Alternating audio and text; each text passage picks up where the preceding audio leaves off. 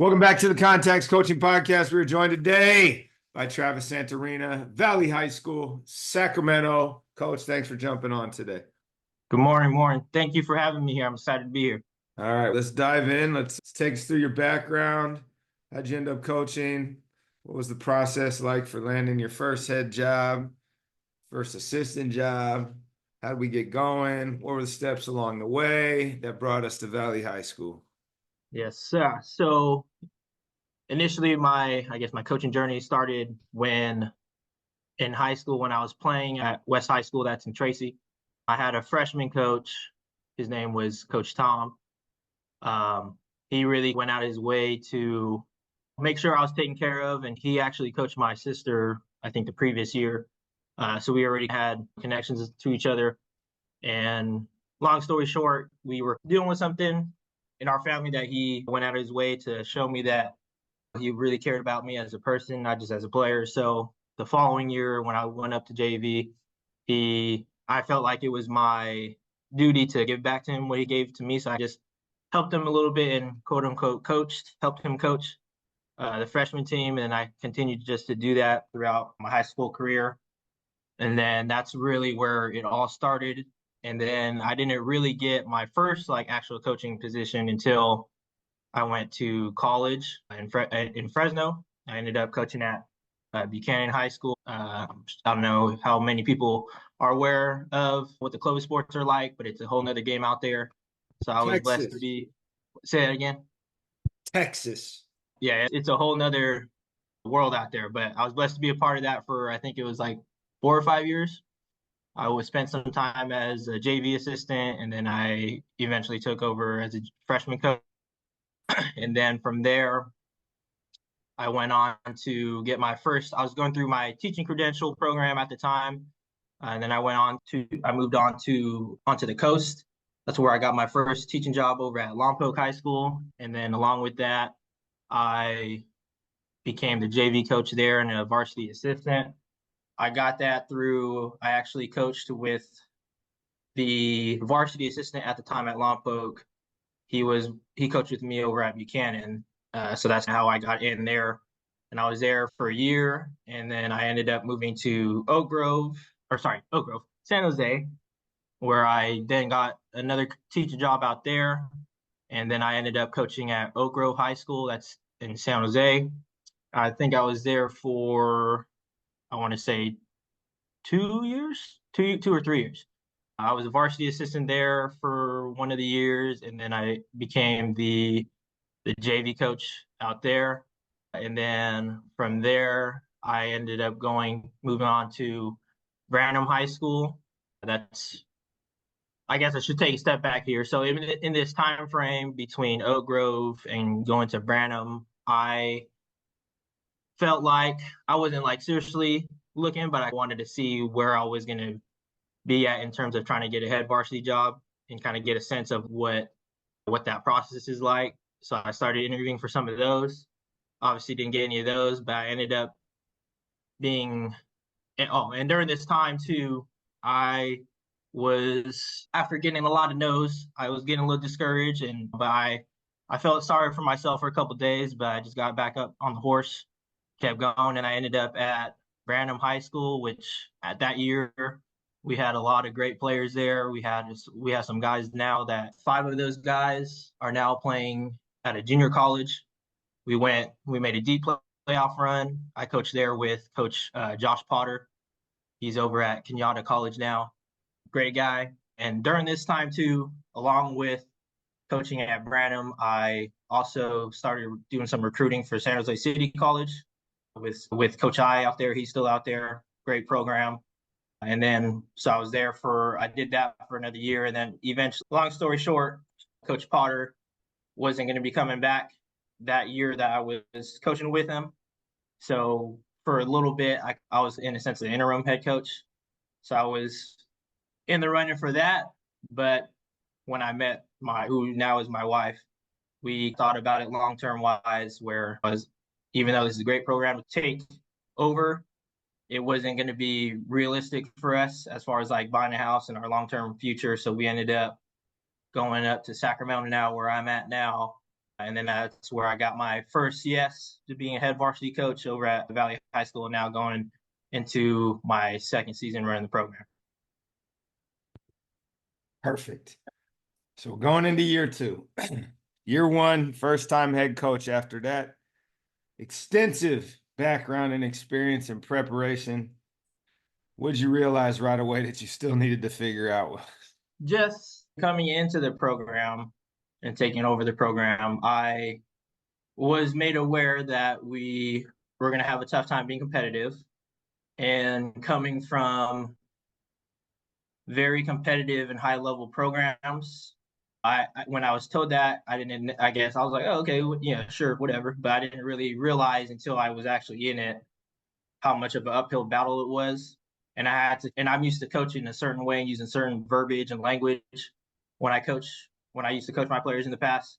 And I had to adjust my, the words I use and assume that the players didn't know what I was talking about. Even it was like, to me, basic concepts like ball screens, and just having to really teach that and teach everything, assuming that they didn't know what I was talking about, even if it was, like I said, even if it was something super simple.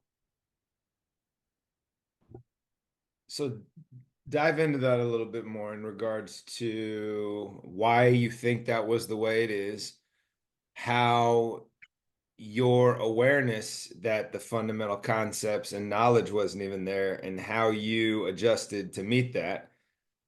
I'm also curious about what aspects of running a program you had to figure out on the fly, because ultimately you may feel that you have a good foundation and you've been at a bunch of different places, but each site is its own challenge. So I'm curious what you realized and what you can offer others that, like, hey, these are the things I thought I had under control, but nope. Yeah. Yeah. So as far as trying how I guess what I did to get around that, how I realized what I guess the skill level was like. The community, the Valley community, is in a lower income community. They don't have a whole lot of resources. There's not a whole lot of like basketball camps, or there's really not any as far as I know. Maybe there's one at one of the community centers, but there's just not a whole lot of resources out there. And right now, the community is not seen as an athletics, like it's not super important to them because it's the community has a lot of things that they deal with outside of school. Athletics is like on the back burner, right? And I think it stems down to the kids, and the coaches are the coach from I'm getting a sense that a lot of the coaches in the area are there for now, and then they're going to be out in a year or two. And for me, like I, especially because this is my first head varsity coaching job, and the way I am as a coach, like once I'm in something, I'm all in. Like I'm going to do it until I feel like I can't do it. I can't give anymore in terms of helping the program reach its full potential.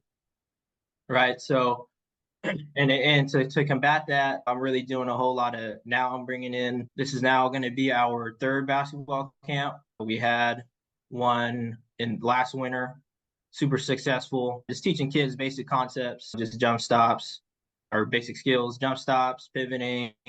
And then they learn a little bit about what we do on offense and defense.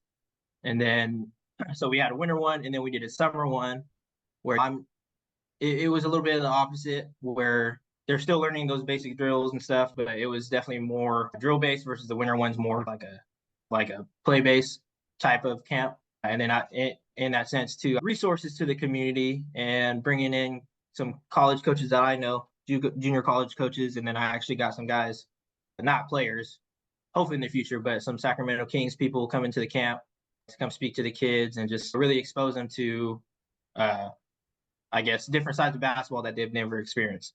So I guess I don't know if that really answers the question, but Yeah, sure. That helps them get up to speed and you're laying a foundation for the future. And I'm still curious about programmatic and organizational and administrative things that you ran into that you were prepared for, maybe not. yeah. But these are the things that I think people who are chasing Mhm. their first jobs, right, think it's about basketball, and it's not really Yeah, about yes, basketball. So I'm it's curious definitely about that.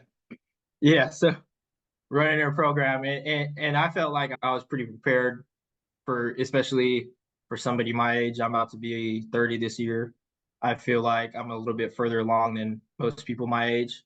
But I was blessed to be a part of what I mentioned before, some really great programs, and seeing how, our coaches, how my coach at the time ran things. One of the biggest people that had a huge influence on just showing me how he does things and giving me the extra responsibilities. And because he always knew that was being a head varsity coach was my end goal.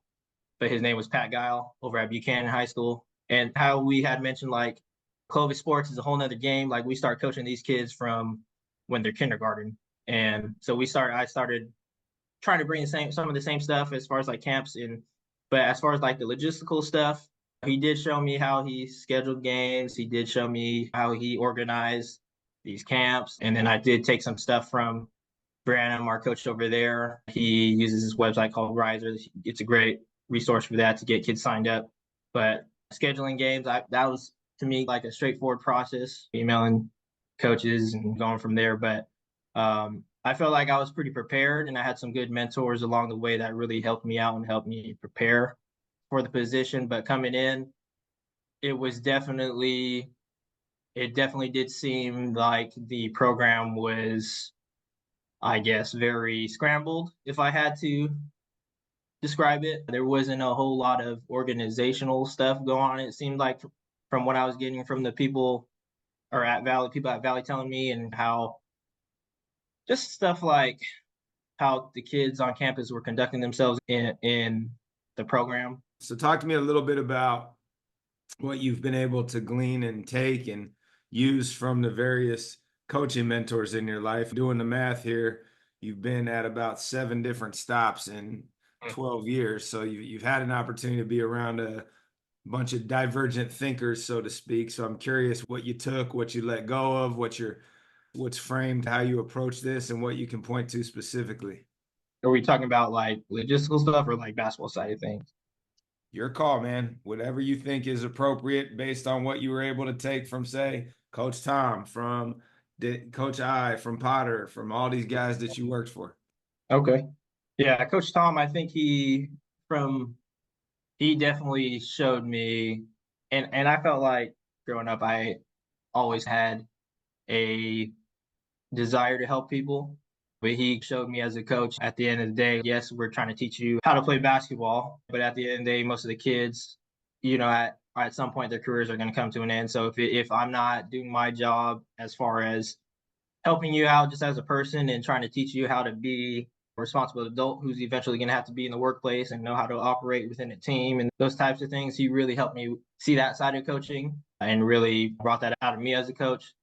As far as like Coach Guile over at Buchanan, he was a workhorse, man, and he did a whole lot for the program. He made sure his players were taken care of. He made sure that our coaches were taken care of. And one of the things that I really took from him too was just building in relationships with your players and with your coaching staff, because that's extremely important. We all have goals and we all want to get to where we want to get, and he went out of his way to just hang out with us coaches. We used to do like coaches retreats and things like that, and that's something too that I would like to do eventually when we got the resources to do it. But taking that part of it from him, and then also I was really big into at the time, and for most of my career, I was really into dribble drive stuff. And Clovis, that's like almost the end all be all out there. So that really, I guess that was what I was really into for most of my coaching career. And then just pressuring the ball a lot, and just teaching how just specific, like just even like fundamentally skills, like bringing it down to where, how he teaches his players to close out, how he wants to deny, how he wants to help, and how he wants guys to rotate and communicate. And that was another thing too, and just showing how hard getting how players to play really hard and communicate. That was something that I really took away from him too, and Coach Potter over at Branham. He was really good at building relationships with his players. I also thought he was very great at the X's and O's and drawing stuff up on the fly. So I was behind his back when he was doing those things and seeing what his thought process was as far as like when teams were doing certain things, how he would draw up these plays, who he would put in these positions in terms of what their skill sets were like. And then Coach I, he was also great at building relationships too. And he does like little stuff like this is one thing I took away from him, and it's a small thing. So what he does, no matter if they're starting to work out or they're going into practice, he does. Everybody goes around and fist bumps each other, and it's a small thing, it helps build culture. I feel like it does, and because a lot of successful teams, and this might sound funky, but a lot of successful teams use a lot of physical touch, like high fives and fist bumps. And I know in one of the previous podcasts you mentioned that I think you guys hug each other, something like that. So that was something that was very the idea of it is small, but it can really impact your culture. And because just like doing things like that, like when kids have a bad day at school or whatever's going on in their lives, something just like checking in with them and hey, how's it going, fist bump, can really pick up a kid's day. So, have you discovered anything on your own that is transformational in that way that you believe in outside of the fist bumping? Is there anything else that's unique that you would offer others? Um, that's a good question. And while you're thinking about it, the other thing that I'm curious about, because it comes up all the time, you mentioned it like 5 or 6 times there in that rundown, is the idea of building relationship Mhm. and how you go about that intentionally, especially as a new coach coming in year one, as you go into Yeah. year two. What did you learn through year one that you want to do differently this year? When thematically, like the X's and O's and the tactics are great, but you keep coming back to relationship. Yeah, I don't think there's anything like specifically that I've figured out on my own. I think it's just as far as just building relationships wise, it's really just talking to kids every day. And it's easier for me because I'm an on-campus coach. I'm a teacher, but really just talking to them each day. Hey, how's it going? How's your family? How's your parents? What's going on with everything in your life? And that's really just how I build relationships. And I guess in a sense, I also too, even though they don't always necessarily like it, but holding them to high standards and making sure that they're doing everything that they need to do outside of the practice and outside of the game, as far So as like getting so their. what does that look like? Give me examples so that other people maybe who aren't aware that's part of the job can implement that. Yeah. So what I do specifically as a teacher, I'm always one. It's conversations too, but I'm also always we do study halls on Tuesdays and Thursdays after school before we roll into practice. And they're in there obviously doing their homework. They're going if they need to, they go to tutoring, but we're in the computer lab. They're knocking their stuff out, and then I'm checking their grades usually. At least I've been doing it like every week or every 2 weeks, just staying on top of them. If I need to go talk to their teachers about this is their grade, what's going on. If it's behavioral stuff, that's also something that I'm really on top of. I definitely I email all the teachers and all the staff. Hey, these are the guys that are in the basketball program. Let me know grade wise how they're doing, if they're struggling, if they're having attendance issues, if they're behavioral problems, and I just get on top of that right away. And then other ways, if they, I do also have a requirement. So California's requirement is 2.0 and no more than 1F. What my requirement for these guys is to just hold them to a higher standard is to me, it's very doable. 2.2 and then no D's and F's. And if they fall below that, then they have to be with me again for lunch study hall. They have to be with me during lunch on Tuesdays and Thursdays on top of just a team study halls after school. Good. No, I appreciate that because I think what happens, everybody's situation is different. So when I was in Sacramento, I had a similar deal where we had study hall. The kids had grade checks. They had to bring me every Friday. Mm-hmm. If I didn't get them, we were running all the Yeah. things that you need to do to ensure, number one, that you have a team, but number two, that you are helping these young humans learn the skill set they Yeah. need to be successful once the ball stops bouncing. And Mhm. And that's different from where I'm at now, where I don't need to do any of that stuff because of the academic expectation here and what they're dealing with. So Yeah. ultimately, it's how are you assessing where you are and what the Mhm. need is that has nothing to do with being between the lines. What other things have you found throughout your career that are some areas on the margins that people can pay more attention to? Can you clarify? I'm not sure if I understand what the Yeah, question is. so you said at Valley, right? It's like athletics aren't currently driving the car, so to speak, where at Yeah. Buchanan they Okay. are, right? And there's going to be some systems and processes in place at different sites that you Yeah. don't have to worry about, right? They're self-fulfilling things. But, right, there may be some things at Valley institutionally that are done really well that you don't have to worry about, so your energy can Mhm. go somewhere else. So I'm curious as you think about all the ways in which you help facilitate growth and programs at all these other sites, right? What are some of the other things that maybe you don't have to do right now at Valley because it's taken care of? That's another good question. Let me help you with this, right? So there's top level, low hanging fruit, Yeah. fundraising, not taking care of at Valley. You need to figure that one out. Academics, not taking care of at Valley. You need to figure that one out. Yeah. Yeah. Then there's Yeah. some other things that I don't know, like Buchanan trying to run K through 12 programming. You don't need to figure that out at Valley because the district's not set up that way, right? Ultimately, there are some things that have been taken off your plate, but there are a bunch of others that you've had to figure out because that's what the need is. Yeah. I think just trying to, I gotta really think about that one. That's a good one. Things that I need to. It's all good. Wow, I'm ready. This We'll one's come really back coming. to it. Yeah. Think about this one. In the meantime, Yeah, that one's really good. do you have any coaching failures that have informed your growth that you lean on as you move forward? I think, I mean, it's not necessarily from the first thing that comes to my mind. It's not necessarily like from a basketball standpoint. How I mentioned a couple of years ago when I think it was like 2 or 3 years ago, maybe when I really started to look for my head job. I got a lot of no's along the way, and it was never really about what my experience was like because at those times I had a lot of experience already, and it was the feedback I always got was it was usually because the coaches that got hired were already on campus and or they were already on staff or whatever the case was. So from that, yeah, I felt bad for myself for a day or two.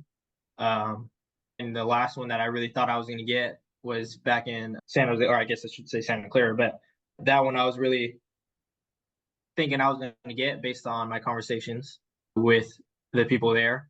And then when I didn't get that one, really hurt me. uh, but I from that like I feel like I've always been a resilient person, but knowing that it wasn't about, hey, you don't know basketball, hey, you don't know this, you don't know that, but and just knowing that I had to be patient and know that my time was going to come when it was my time and when I was ready for it. And maybe at those times, like I thought I was, maybe I wasn't.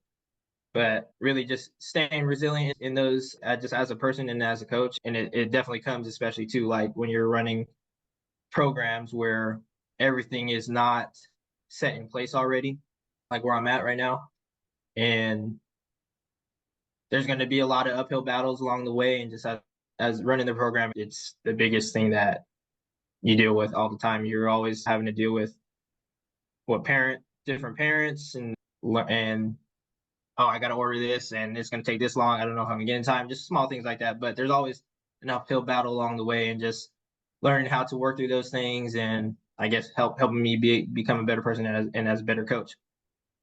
Yeah, for sure. And I think you hit some on the head there that sometimes when you're interviewing for jobs, it has nothing to do with you. You might be totally qualified and totally prepared, but the circumstances around that site in that moment Yeah. might not be in alignment with what you're bringing to the table.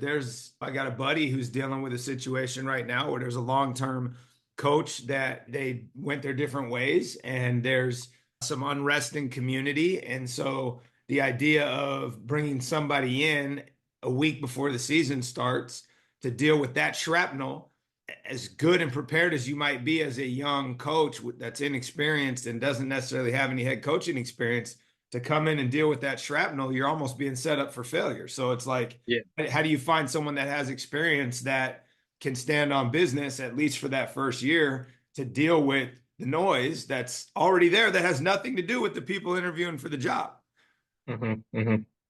Yeah. And that was, now that you say that, it makes me think too. Yeah, all the cards were already stacked up against, just in terms of where the program was at. And I will say, or at least from me personally, I feel like we've come a long way, because I'm the type of coach where I come in with a lot of expectations.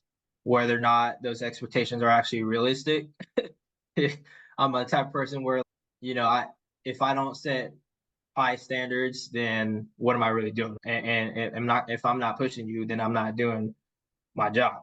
And I think previous years before I got there wasn't a whole lot of the expectations going on, and it allows the kids to, when the kids are told you're gonna only be this, you're this, you're that, then they're not gonna ever get better, right? And the program's never gonna improve, and the net program's never gonna be. But I'm coming in where, like, yeah, things are this way, but that doesn't matter to me, and I'm here now, and I'm gonna try to improve things as best as I can by doing all these camps, by holding you to high standards. And this is another thing I probably forgot to mention is we have something that really guides what our culture is like. I call it our core values. There's 5 of them. Being a student over athlete is pretty straightforward. Get your grades. Hard work and discipline is one. Just going out of just when we got to run, touch the line. If you're like half an inch away, be disciplined, right? Sacrificing and serving others, just not even necessarily from a basketball standpoint, but just small things like opening doors for people. That's a big thing I noticed, like at Valley. I'm just like, I'll be walking through into the gym and kids are like right in front of me going into the door, and they slam the door in my face. And I'm like, what? Just small things like that. And then holding each other accountable. Accountability is a huge thing to me. Kids and myself, like along the way as a coach, like we all make mistakes, right? And it's just about how you respond to those mistakes. Do you continue to make those mistakes, or do you learn and grow from those things? And then the last one being communication on and off the court. Obviously on the court, on defense, we got to communicate, we got to rotate, I'm closing out, I'm help side, whatever. But off the court, it's just telling them, hey, at the end of the day, some point you're gonna be moving out from your parents' house and you're gonna be on your own. You're gonna have a job. You have to be able to communicate to people, right? And it just, with them, it starts with their grades, a D right now or an F or whatever the case is. Go talk to your teacher. Don't email them, right? Go to your teacher, talk to them. Hey, what can I do? And just really setting those expectations. That's stuff that I talk about all the time, that really, I feel like, has really pushed our culture in the right direction. And we're definitely heading I feel like, in the right direction for sure.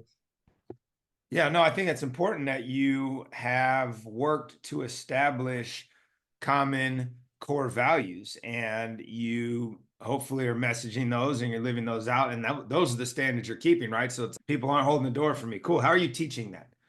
What are you doing intentionally that is highlighting the things that you're asking these guys to do in regards to them living these core values out? Can you go into that a little bit? Are you sitting them down? Are you doing classroom lessons? Or is it just like what happens at basketball?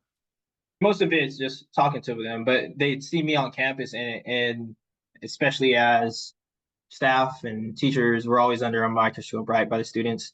And especially for me, as everybody on campus knows, I'm the basketball coach on top of being a PE teacher. So just being aware of what I'm doing as the adult. I'm constantly, yeah, just obviously, like, we're just as small examples. We're talking about opening doors for people. Like, I do that all the time. Like, when our teachers are coming through doors, when my players or my students or whoever is coming through, I'm opening doors for them.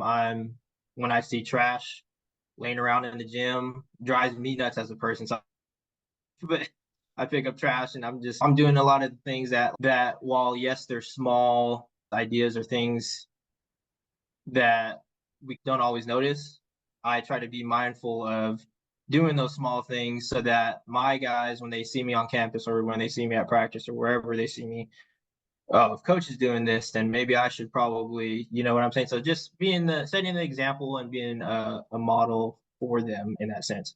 Okay, so I'm gonna push back a little bit. How are you creating challenges, games, etc., to embed the behaviors you want to see. So you made the comment about touching. So hey guys, contest of the day. How many high fives can you get before practice today during school? How many pieces of trash can you pick up? How many Mhm. doors can you hold open? We did something at one point that in hindsight wasn't very smart, but at the time I thought it was a good idea when I Yeah. was at El Camino, is that we had a charge game where you would get points for taking charges in the hallway on your teammates during the day. And so, like, how are you thinking and trying to teach these lessons? Because you just mentioned it's great. Like, you can model it, but they're not following you around all day. And if Yeah. these are the things that you want to see translate into your atmosphere as a basketball team, right? How are you incentivizing this in a way in which they're actively thinking about it, as trivial as it might be? Saying Yeah. thank you to your teacher. It's ultimately, I'm going to check with all the teachers, and whoever got the most thank yous at the end of the day wins, and you don't have to run line drills or something like that. Have you done Mhm. anything like that? Have you tried anything that's like outside the box to get the result you're hoping to achieve? First, when you mentioned that whole thing that you did with like them taking, that's pretty funny. I like that. I like that idea. It's not probably not the best idea, but in my mind, it's funny. But yeah. But anyway, In my mind, when I was your age at that time, I thought it was a great idea. yeah, Once I yeah, became the AD and I have a little bit more risk management perspective, that yeah, wasn't a great idea. yeah. I was just like, oh, yeah, probably not the best idea, but anyway, yeah, yeah. First thing that comes to mind, and it's like a smaller, I guess, a smaller thing that I do when they take charges in games. We always that's a big thing for me is like taking charges and sacrificing your body, and because we got to play that way to compete. But when I tell the guys, whoever gets the most charges in each game, you'll get a Gatorade after the game from me. A free Gatorade, just stuff like that. And that really, they really, for whatever reason, even though it's like a small reward, they really actually buy into that. And we'll be down, like last year was a rough year, but we'll be down by 30, 40 points, and our guys are still taking charges. Not necessarily because of the Gatorade, but just because it's something that they know is expected of them and they know that's the culture. But really, most of it is just like in practice when a guy talking about like physical touch or something, or just recognizing each other's successes. When a guy, let's say we're scrimmaging or whatever we're doing, and they get a good pass and they're able to knock down the shot, if I don't see them acknowledge it right away, then I'll stop the scrimmage. I'll blow the whistle. Hey, how did you get that shot? And they're like, we'll call him Tony. Tony passed me the ball and he knocked it down and he gave me a good pass. I was able to knock it down. I'm like, all right, so let him know. And I put it, I guess for the team, I put it under a microscope for everybody to see and hear, hey, this is what coaches' expectation is. And when they know, so that when they, in a sense, make that mistake, of not acknowledging it to their teammates, then everybody can learn from that and they all see it in that way so that if one person's doing it, then it eventually starts stemming off. And even just telling them like, go high five your teammate because he gave you that pass that allowed you to knock down that shot, right? Just constant reminders about them doing it, even though at times they do it on their own sometimes. And I just always recognize it too when they do it on their own and just reinforcing those positive behaviors that when they come. Yeah, no, and that's it's carrot or stick, right? It's like you're trying to help them figure out what's important, and you want to build sustainable behaviors through Mm-hmm. conditioning. So your Gatorade deal, we have a championship wrestling belt for taking Mm-hmm. charges that we give out at the end of every game. And ultimately they get to keep it until the next game. And so thinking about how you value and score those things that are most important to you, I think is a coaching hack that we don't use enough. How would you say, or what is something that you have most recently changed your mind on in the world, in life, as a coach, as a teacher, as a partner? Like, how would you, what's something where it's, hey, I used to be dug in over here and believe this. Uh-huh. Now I'm over here, and here's why. Typically, as a coach, I was definitely coming from Clovis. Everybody, or for the most part, everybody plays their man to man, and we're all ball pressing, and no one really plays zone out there. That was 5, 6 years ago, maybe when I was there. I don't know if it's changed, but um, It hasn't. okay, yeah, I was always like man only, because that's how I like to play. I like to be all up in your face, all up in your grill, like trying to turn you over and all that. So I didn't really play between then and maybe in the last 2 or 3 years. I wouldn't say I was like totally against zone, but it would to me that style is more of like a passive style of playing and laying back and I guess in a sense an easy way out. But now seeing I do see the value, not that I didn't ever, but I do see it more in the value of playing some zone. I do definitely am still more of a man type of coach, but we do play some 1-3-1 a little bit where I'm at. That might change a little bit this year, but I'm definitely more open to that and in spurts. Not definitely not the entire game. That's not how I like to play, but I'll do it in spurts to throw teams off. Um, I also, and I think this is, and I feel like I've always been uh, this way. I've always been open to it, but especially now, like where the world's at now, being open to having female coaches on the men's side. That I actually recently just hired a female coach, and coming up, like when I was growing up, like I never had no female coaches, so I guess I was just never really exposed to it. And I guess I was not like I was never against it. I just was skeptical because I never was exposed to it. But now, especially now, we're like where the WNBA is at, where the just where women's empowerment and all that stuff is at right now. It's definitely something that I want to incorporate into where our program's at, and because if we're going to change things, then like I want to be, I guess in a sense, progressive with it, right? Um, so Well, that's it's definitely something. it's if there is somebody that can add value Yeah. and can lead Mm-hmm. these young people, why not? I got a female coaching boys water polo right Yeah. now, and it's been one of the greatest things we've done, right? I had a female football coach for the last 8 years, right? Two different Mm-hmm. ones. So it's the gender piece. We can go in the weeds on that, but I just think it's like how many men coach women's sports, yet how often do we have the opportunity to do the reverse and support that and embrace that? Yeah, definitely. Of course, there's going to be challenges that come with that, but to me, it's just if they know the game, they know how to coach. It doesn't matter what the gender is, and we just everyone's buying. We're going at it, no matter who's your coach. No doubt. And I think I don't want to get in the weeds on this, but I would say this. The WNBA is a better approximation of what a high school team can actually be like on the boys' side than watching men's college or the NBA basketball. So why wouldn't you try to steal from a situation that is actually similar to what you do? Mm-hmm. All right, let's wrap with this. When you think back across your professional journey and you look at the seeds you've planted, are there any that you can go back now 10 years in and look at an anecdote or a situation where, your ability to teach the game of basketball had nothing to do with maybe success that one of your athletes has found? Yeah, the one that comes to my mind is when I was back at Buchanan. I think this was when I was a freshman coach. I had a kid coming in. We had a kid coming into the program. I'll just call him Anthony. Anthony came in and he was a foster kid. He was living with his aunt. And this is when he was just coming into the summer and we were doing summer ball and all this stuff. His aunt had reached out to me and I literally had known him for maybe a month or two at this point. She reached out to me like, hey, or no, this was during, maybe it was during the school year. I forget when, but anyway, his grades were in the dump. He was acting out at home and at school and all these different things. And she was basically asking for my help.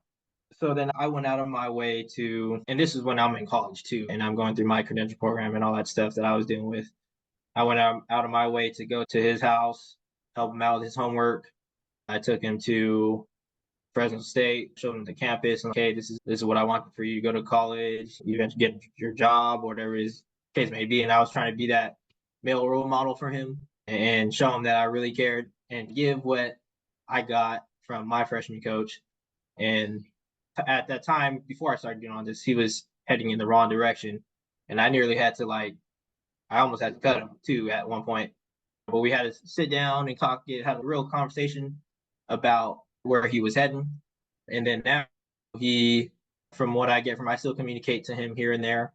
But from what I know, he's got a job now. He's working hard. I think I want to say he might be doing like a trainer or something. So he's doing pretty well for himself. I think he does like some bodybuilding and he's doing a whole lot of things now. And he's told me, and I never, when I do things, I don't ask for anything in return, and nor do I expect it. But I think it was random one time. He like hit me up on Instagram. He was like, "Hey, coach, I want to let you know I appreciate everything you've done for me.